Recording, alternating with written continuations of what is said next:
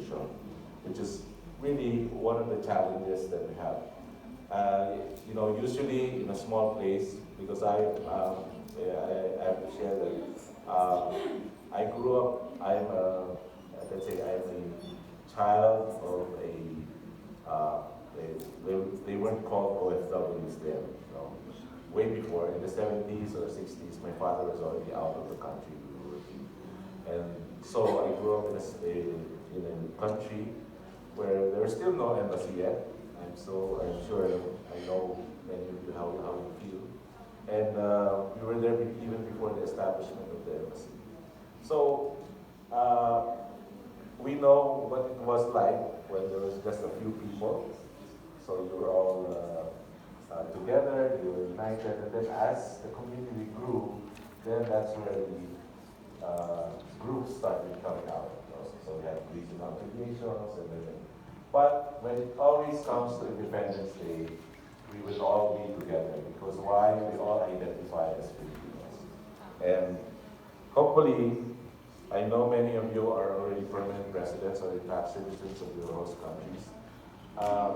And you have your children, hopefully you can pass this on to your children. And that's always been my challenge to all the organizations. Instead of just focusing on your members, try to reach out to others, especially your children, and to pass on the values that we learn as Filipinos. And try to institutionalize it. So in your own organizations, you should always have a goal of passing it on onwards. We're not going to be here forever, but definitely what we'd like to have our children have are the values that we have learned and gotten from the Philippines.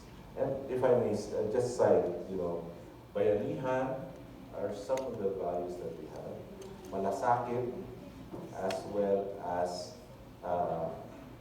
pakikisama.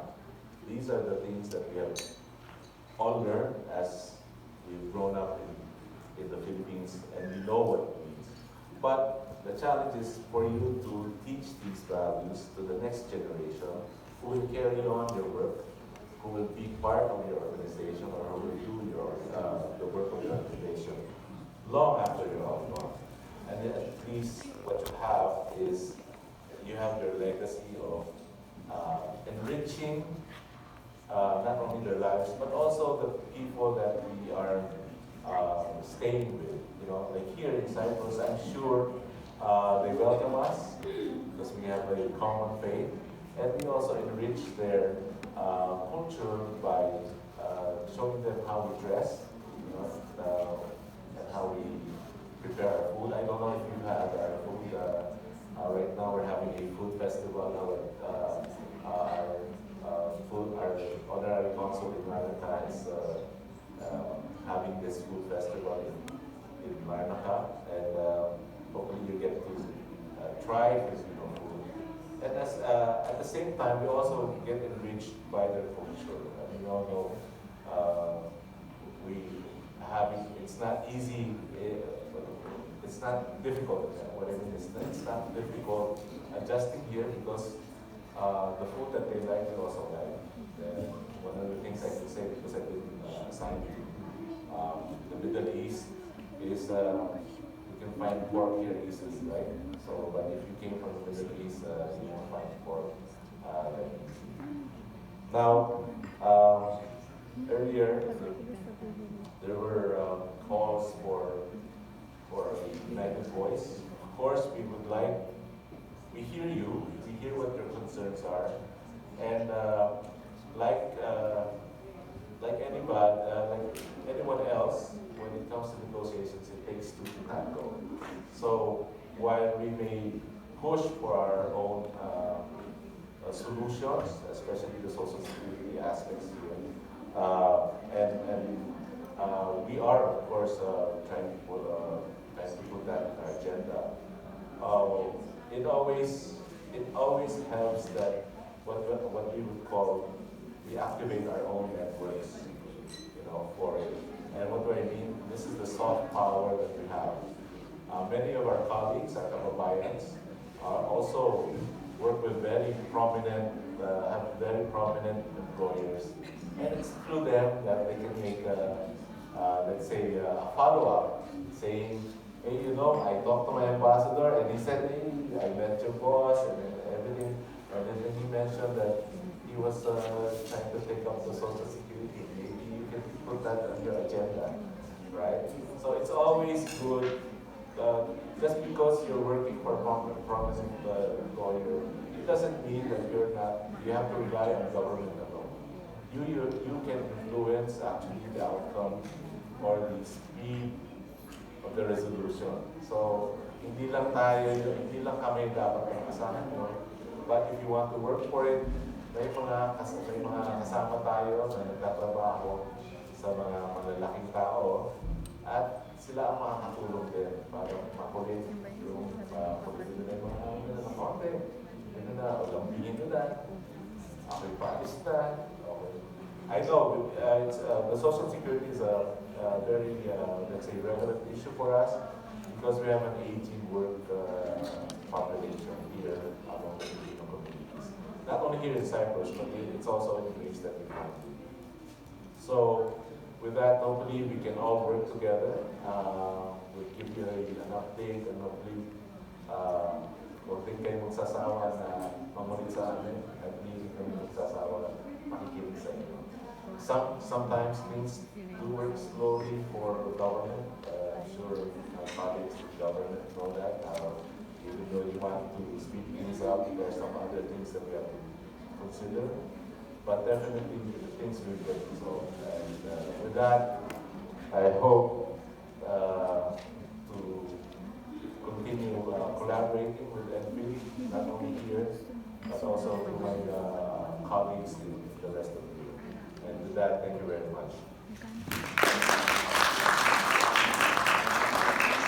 Thank you so much, Ambassador Palek. Of course, really, bayanihan, samahan, tulungan, pagkakaisa, those are the Filipino traits that we bring all over the world. Hindi lang po yan dito sa Europe, hindi lang po dito sa ibang bansa, kundi buong mundo, dala-dala po natin ang ugali yan. And of course, I would like to emphasize also the message of our dear ambassador about that ipamana natin yung nakagawian natin ng pag-uugali because those traits are really worth to treasure. So, mas magiging maganda kung pati ang mga susunod na henerasyon ay mapatuloy nilang magagamit at makikita yon para tuloy-tuloy po ang true character of the Filipinos.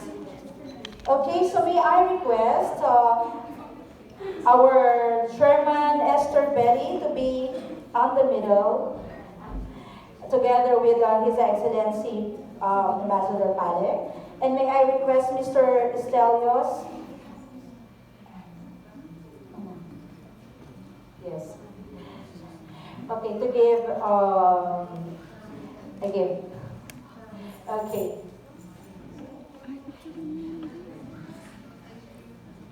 Allow me, in the presence of the ambassador, to give to offer to Esther our police emblem into new coins with the confidence of myself and of course from Cyprus police.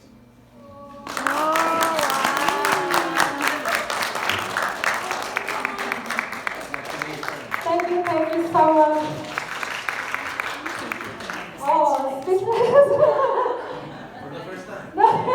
Normally I would stop talking, but this is so proud.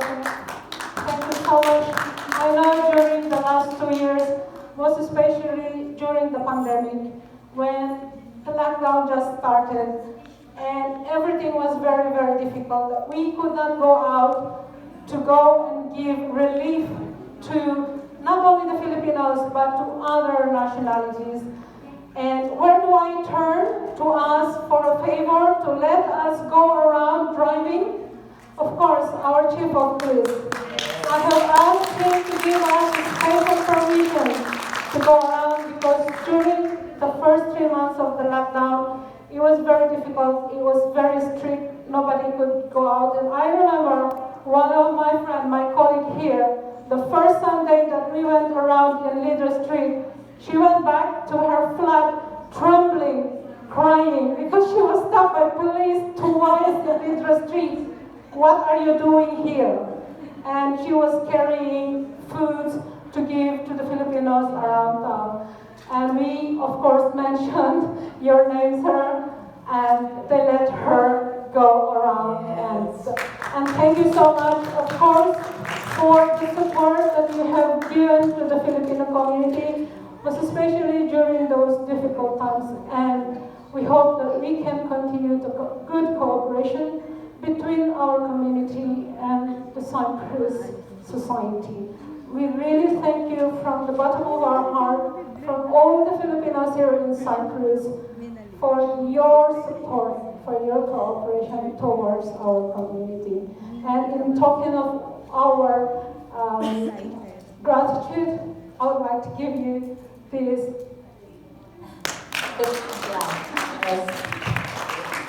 You have second one. And as we say in the Philippines, maraming salamat. Thank you so much. Efaristopoli.